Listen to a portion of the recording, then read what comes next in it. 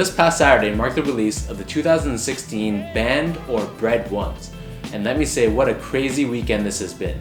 It seemed like almost every single person who was remotely interested in sneakers wanted to get their hands on a pair.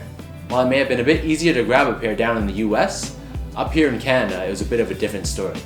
So thankfully I was able to secure a pair for myself. And while there's probably hundreds of videos on YouTube right now reviewing this shoe, what I'm really interested in is how the 2016 Bred ones compare to the 2013 Bred ones. Let's give a bit of a rundown about both of these shoes. So the official colorway for both of them are black, varsity red, and white. The retail price for the 2013 Bred ones was 165 Canadian dollars, but the retail price on the 2016s was 215 Canadian dollars. So both versions of the shoe came boxed in this standard Nike Air Jordan 1 box. The 2016 versions came laced with this default flat black lace, and they came with an extra pair of red flat laces as well as a pair of white flat laces. However, the 2013 versions came with the standard black flat lace and only had an extra pair of red. So let's dive down into the more detailed differences between the 2013 and the 2016 Bred ones. So first off, we have a view of the lateral side of both shoes, with the 2013 version being on the top and the 2016 version being on the bottom. So one of the most obvious differences right off the bat is the overall shape and especially the height of the shoe.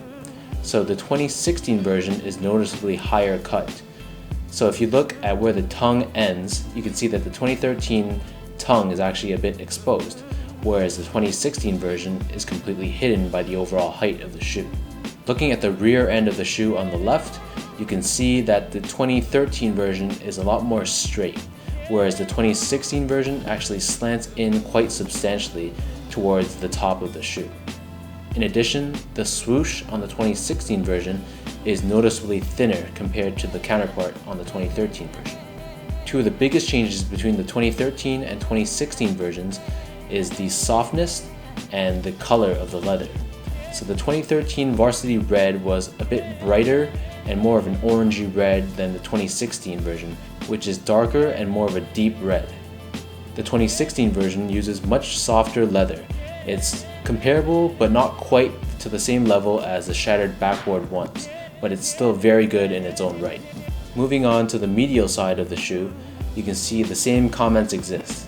So the 2016 version has this higher cut with a bigger slant towards the top. The 2013 has a thicker swoosh as well as a more orangey red hue of varsity red leather. The 2016 version on the bottom, you can see how grainy and soft that leather really is, especially in that heel area. Just for reference sake, both of these shoes I went true to size 10.5.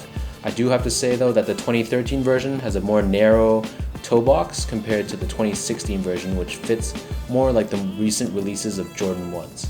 Overall, I'd stick with my true size as it's not that big of a difference to warrant going down half a size.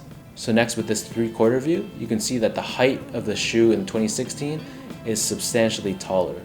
So the top part of the shoe ends basically at the same level as the tongue, whereas the 2013 version on the left has a lot more tongue sticking out. As well, looking at the area above the Jordan Wings logo, there's a lot more material in the 2016 version, giving it that added height. Moving on to the outsole, they're basically identical, except the 2013 version on top, again, is a bit brighter in red, whereas the 2016 version is a bit darker and more dull. Moving on to a picture of the rear of both shoes, again, the height on the 2016s is very obvious compared to the 2013s. As we zoom into the heel, you can see there's very obvious differences in the stitching, both in the height and the width of that red square rectangular piece, as well as the height of the black leather used in the 2016 versions.